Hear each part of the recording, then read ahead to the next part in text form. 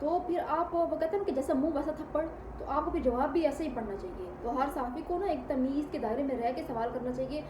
بالکل سوال کریں لیکن تمیز کے لحاظ سے طریقے سے ہر چیز ایک وہ کہتے ہیں نا ایک طریقے ایک لمٹ میں رہ کے اچھی لگتی ہے. تو یہ وہ والی بات ہوگی. اچھا جی، آج اڈیالہ کے باہر پارلیمانی اجلاس بھی تھا. وہاں پی ٹی آئی کے سارے بڑے پارلیمانی لوگ تھے. وہاں ان کے جو لیڈران تھے انہوں نے کہا ہم تو کل بھی آنا چاہتے تھے لیکن ایک اس واقعے کے بعد نہیں آئے، اور جو کچھ انہوں نے مذمت بھی کی ہے کہ جو کچھ بھی ہوا وہ نہیں ہونا چاہیے تھا. ایک صحافی کے اوپر یہ تشدد یہ غلط بات ہے. واقعی میں تو پہلے بھی کل بھی میں نے اس چیز کی مذمت کی، میں آج بھی مذمت کرتی ہوں کہ چاہے وہ صحافی ہو، پولیٹیشین ہو، کوئی بھی ہو، آپ اس کے اوپر نا تشدد نہیں کر سکتے.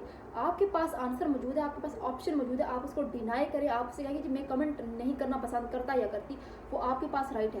لیکن یہ تشدد کرنا، یہ جانوروں والا سلوک، یہ کہاں کی انسانیت ہے؟ اچھا، اگر میں آپ کو بتاؤں کہ یہ مریم صاحبہ کے دور میں بھی ایسا ہوا. ابھی دور میں ہے کیا، ابھی ریسنٹلی کی میں بات کروں کہ مریم صاحبہ پریس کانفرنس کر رہی تھی، تو وہاں پہ جتنے بھی صحافی تھے تو ازبہ بخاری صاحبہ نے ان کو شٹ اپ کال دی تھی کہ یعنی کہ وہ پریس کانفرنس شروع ہونے سے پہلے سوال جواب تو بعد میں بات ہے نا، دور کی بات ہے. انہوں نے پہلے ہی صحافیوں کو کہا تھا کہ آپ لوگوں نے کوئی ایسا سخت سوال کیا یا کوئی ایسے پٹھے سیدھے سوالات آپ نے کیے نا، تو پھر آپ لوگ بعد اپنی نوکریوں کے ذمہ دار بھی آپ لوگ خود ہوں گے. یعنی کہ آپ صحافیوں کو شٹ اپ کال دے رہی ہیں کہ آپ لوگوں نے مطلب اگر سخت سوال کیا تو پھر دیکھنا. یعنی کہ وہ سوال جو آپ مریم صاحبہ سے کریں، ان کا جواب کون دے رہا ہے، ان کا ریئیکشن کون دے رہا ہے؟ عظمہ صاحبہ. تو یہ تو پھر وہی والی بات ہوئی نا کہ اگر حلیمہ خان سے طیب بلوچ نے کوئی سوال کیا تو پھر ان کا جو ساتھی تھا نعیم حیدر پنجوتا، تو اس نے تو پھر ریئیکشن دینا تھا.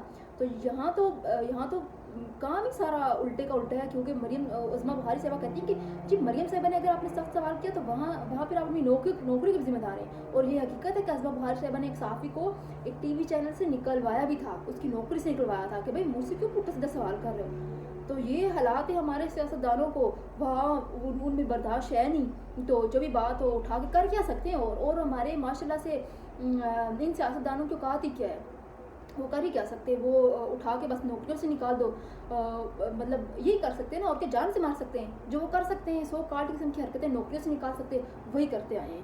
اور دوسرا میں آپ کو آج ایک اہم بات بتاؤں کہ رانا ثناء اللہ سینیٹر منتخب ہوئے ہیں، اور وہ بھی بلا مقابلہ. تو رانا ثناء اللہ سینیٹر منتخب ہوئے ہیں، یعنی کہ ان کے مقابلے میں کون تھا؟ اعجاز چودھری صاحب. یعنی کہ یہ وہ اعجاز چودھری ہیں جو 9 مئی میں بھی ان کا کوئی کیس نہیں تھا. ہاں وہ اپنے احتجاج میں تو ضرور تھے، لیکن یہ ہے کہ ان کے اوپر ایسا کوئی کرپشن کا الزام بھی نہیں ہے. وہ کسی 9 مئی کے پرتشدد وہ واقعات میں بھی نہیں تھے، کسی چیز میں وہ تھے ہی نہیں. اور ماشاء اللہ سے الیکشن کمیشن نے انہیں بلا مقابلہ منتخب کیا. مطلب ایسا صفایا کیا اعجاز چودھری کا جیسے وہ کچھ تھے ہی نہیں، یا مطلب ایسے اگنور کیا اگلے بندے کو انہوں نے، اور بلا مقابلہ مطلب ان کو سینیٹر رانا ثناء اللہ نے وہ کر دیا. اچھا، ایک وقت تھا، میں حیران ہوں رانا ثناء اللہ صاحب پہ کہ ایک وقت تھا جب وہ یہ فارم 47 والوں کی فارم 47 جب نیا انٹروڈیوس ہوا تو وہ بڑے مطلب اس چیز سے اختلاف کرتے کہ یار پتہ نہیں ہمیں سیٹیں لینا چاہیے نہیں لینا چاہیے، یا وہ اس چیز سے ایگری نہیں کرتے. وہ خود بھی اپنے کتنے انٹرویوز میں بھی یہ بات کہہ چکے جو 8 فروری کا الیکشن ہے وہ فیئر نہیں تھا. تو مطلب اپنی باتوں میں انہوں نے یہ ذکر کیا. تو پھر آج میں حیران ہوں کہ رانا ثناء اللہ صاحب نے آج سینیٹر کیسے بن گئے. آج انہوں نے سینٹ کی سیٹ کیسے لے لی کہ یار ٹھیک ہے میں سینیٹر ہوں تو لو جی مینوں بھی سینٹ کی سیٹ دیو، مینوں بھی فلانا ٹکٹ دیو تے فلانا ٹکٹ دیو. تو آج رانا ثناء اللہ کی عزت کیسے گوارا کی کہ کسی کا جھوٹا کھا لیا انہوں نے، کیسے مطلب انہوں نے یہ گوارا کیا، ان کی غیرت نے گوارا کیا کہ یار ایک سیٹ جو میری تھی ہی نہیں، یا اگلے بندے کو مطلب موقع بھی نہیں دیا. چلو ایک باریک اکثریت سے اگر وہ عوام کے ووٹر سے منتخب ہوتے، سینیٹر منتخب ہوتے پھر تو ایک بات سمجھ آتی تھی. لیکن ایک چیز کا آپ پہ کوئی ایسا بات ہی نہیں تھی تو پھر آپ کیسے وہ لے لیا؟ یعنی کسی کا جھوٹا کھایا آپ نے نا، کسی سے چھینی گئی سیٹ اپنے حصے میں لی گئی. تو یہ میرے خیال سے نون لیگ کا ایک پروپیگنڈا ہو گیا ہے. وہ وہ کہتے ہیں نا کہ چھینی ہوئی چیز ان کو مزہ آتی ہے کہ وہ چھینی ہوئی چیز ہم لوگ کھا لیں. خیر، دوسرا ایک اہم بات کہ بلاول بھٹو نے اب چونکہ سیلاب کی اتنے ہمارے ملک میں سخت حالات ہیں، سیلاب کی تباہ کاریاں ہیں اور ہمارے پولیٹیشینز آپس میں ہی لڑ رہے ہیں، ان کو عوام کا کوئی خیال نہیں ہے کہ ہم نے عوام کو کیسے بچانا ہے. جو لوگ بیچارے بے روزگار ہیں ان کو روزگار ہم فراہم کریں، جو بیچارے گھروں سے مجبور ہو گئے ہیں، جن کے بچوں کے لیے کھانے کے لیے 2 وقت کی روٹی نہیں ہے، تو ہم ان کے لیے کچھ کریں نا. ہمیں عوام نے اسی لیے منتخب کیا تھا، اپنا لیڈر اسی لیے مانا تھا.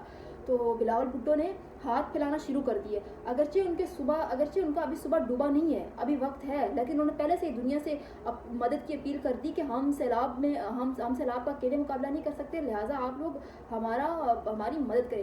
سوال تو پھر یہ پیدا ہوتا ہے نا کہ دنیا نے 2022 میں بھی مدد کی تھی، وہ کہاں گئی؟ $10 ملین جو تھا وہ کہاں گیا؟ آپ نے بجائے اس کے کہ آپ اس ڈالر کا حساب دیں، پہلے بھی تو دنیا نے مدد کی تھی نا آپ کی، پھر بتائیں کہ وہ $10 ملین کہاں گیا آپ نے، کہاں چھوڑے آپ نے؟ اچھا، اس میں سے بھی کچھ رقم تو ان کی اپنی نااہلی کی وجہ سے ڈوب گئی تھی، ان کی نااہلی اور نالائکی کی وجہ سے آئی نہیں تھی وہ رقم، یعنی کہ کہا یہ گیا تھا کہ ہمیں پرپوزل بنا کے دیں، یعنی چاہے وہ گھر کا منصوبہ ہو، اسکولوں کا ہو، ہیلتھ کا ہو، جو بھی ہو، ہمیں منصوبہ بنا کے دیں تو ہم اس میں سے 10 to 20% کنٹریبیوٹ کریں گے، تو باقی کی رقم مطلب آپ کریں گے، یعنی کہ کہنا یہ تھا سیدھی سی بات ہے کہ 20% آپ لوگ دیں۔ یہ مطالبہ کیا گیا تھا جی سندھ اور پنجاب کی حکومت سے، یعنی کہ اس وقت جب سیلاب تھے تو سندھ اور پنجاب کی حکومت کی ہی ذمہ داری تھی، تو انہیں یہ کہا گیا تھا کہ جی 20% آپ لوگ دیں تو باقی 80% ہم دیتے ہیں۔ تو ماشاء اللہ سے پنجاب حکومت اور سندھ حکومت نے یہ کہا کہ 20% ہم کیوں دیں، آپ لوگوں نے 80% دینا ہے تو دیں، نہیں تو بھاڑ میں جاؤ، لیکن 20% ہم نہیں دیں گے۔ یہ ایک اہم سوال ہے۔ تو مجھے ایک وہ واقعہ یاد آ گیا، منشی پریم صاحب کا ایک افسانہ تھا، تو وہ افسانہ میں آپ کو پڑھ کے سناتی ہوں۔ وہ ایک دفعہ کا واقعہ ہے کہ وہ دونوں باپ بیٹے تھے، ٹھیک ہے، اور دونوں جو باپ بیٹے تھے، باپ اور بیٹے دونوں لفنڈر تھے، وہ کرتے کراتے کچھ بھی نہیں تھے، کام کا دھندا ان کا تھا کوئی نہیں۔ تو بیٹے کی بیوی اور باپ کی بہو وہ فوت ہو گئی، تو ان کے پاس کفن کے لیے پیسے نہیں تھے۔ انہوں نے کیا کیا کہ علاقے والوں سے پیسے مانگنا شروع کیے، پہلے گاؤں کے منشی کے پاس گئے، وہاں سے اس نے کچھ نہیں پیسے دیے، پھر علاقے کے جو عوام تھی، لوگ تھے، ان سے پیسے لیے، تو وہ پیسے لے کے کافی زیادہ پیسے جمع ہو گئے ان کے پاس، تو پھر ان دونوں باپ بیٹے نے جا کے شراب پی اور کھایا پیا تو عیاشی کر لی، تو لاش تو وہی کی وہی پڑی تھی۔ تو پھر بیٹے نے کہا ابا اب ہم کیا کریں گے، اب اس لاش کا کیا کریں گے، کیونکہ کفن کے پیسے تو ہم کھا گئے۔ تو ابا حضور کہتے ہیں کہ کوئی بات نہیں، ہم دوسرے شہر چلے جاتے ہیں، دوسرے گاؤں جائیں گے تو وہاں سے پیسے مانگ کے تو پھر گزارا کریں گے، یعنی کہ اس لاش پہ ہم لوگ ایک پروپیگنڈا کریں گے اور اس لاش کو ہم اپنا روزگار بنائیں گے، یہاں سے پیسے آتے جائیں گے کفن کے بہانے، تو ہم لوگ کھاتے جائیں گے، تو لاش کا اللہ وارث ہے، اللہ مالک ہے۔ تو انہوں نے یہ بات کی، تو وہ مجھے یاد آ گئی بلاول صاحب والی بات کہ باہر سے پیسے آتے رہیں، تھوڑا بہت لوگوں کو دکھانے کے لیے فوٹو شوٹ بھی ہو جائے گا، لوگوں کو دکھانے کے لیے تھوڑی بہت خوراک وغیرہ بھی ہم لوگوں کو دے دیں گے، 10 سے 20% لوگوں میں چلا جائے گا، تو باقی 80% ہم خود کھاتے جائیں گے۔ ہر بار ان کا یہی بات ہوتی ہے۔ اجازت دیجیے جی، خدا حافظ۔